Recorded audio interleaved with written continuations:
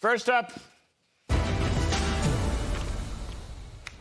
the falling GDP panic is more fake news. And that's the subject of the riff. All right, hang on. The liberal media and their pals on Wall Street are talking about recession because the first quarter GDP was scored with a slight decline of 0.3%. And those afflicted with the disease of Trump derangement syndrome are now talking about recession in the second quarter. But if you look under the hood of this GDP report and you carefully parse through the numbers, what you actually come up with is a rather strong economy that's growing at something around 3%. That's right, 3%.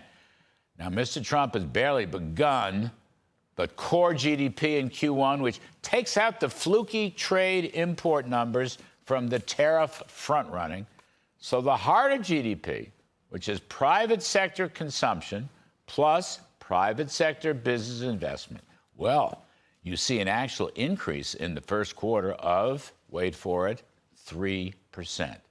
And then, if you look deeper into the numbers, you find even better news. Private business investment is up while government spending is down. That's right. Business fixed investment increased nearly 10% at an annual rate in Q1. And even better, business equipment and machinery, which is an incredibly important harbinger of productivity, of job increases, and real wage hikes. That rose an incredible 22.5%. There's no recession there. For the entire GDP report, 22.5% is probably the single most important number. No recession. So what's going on here? Why are the recessionistas so badly wrong? What have they missed? Well, President Trump's one big beautiful bill will pass both houses of Congress, probably around the July 4th holiday. It's just a couple months away.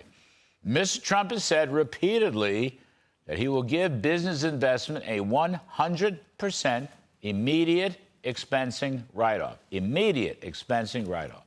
Plus, he will provide factory investment and building the same 100% immediate depreciation.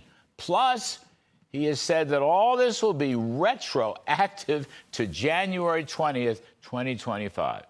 And let's not forget, the corporate tax rate for made-in-America goods would drop from 21% to 15%. So what's actually happening is that businesses are front-running the big, beautiful tax cut that will be coming their way. It's a phenomenal story. It's a story of reshoring.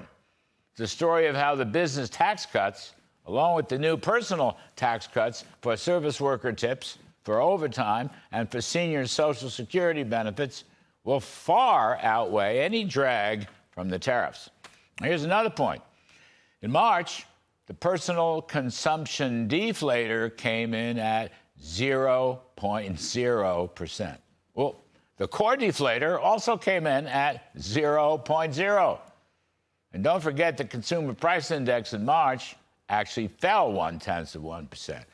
So all this inflation progress sets up a Federal Reserve cut. That's right, a rate cut should be coming. Now, last point. Hang on with me, a few more numbers.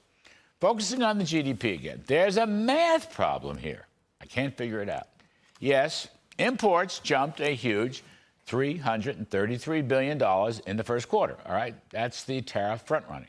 But inventories only increased $140 billion.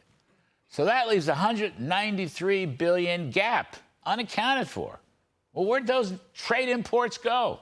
There's a gap. Did the roughly $200 billion gap between imports and inventories just evaporate? Pencil pushers over at the Commerce Department clearly can't count. Something is wrong. So you know what? I'm just going to take that missing 200 and I'm going to add it into overall GDP. I think they subtracted it. I'm going to add it. And when I do, the real GDP report comes out in Q1 at, wait for it, 3.2%. Heck, that's even better than private domestic spending, and it sets up an economy boosted by tax cuts and deregulation that could roar, absolutely roar, maybe in the second quarter, certainly by the second half of the year, and well into 2026. And that is tonight's riff.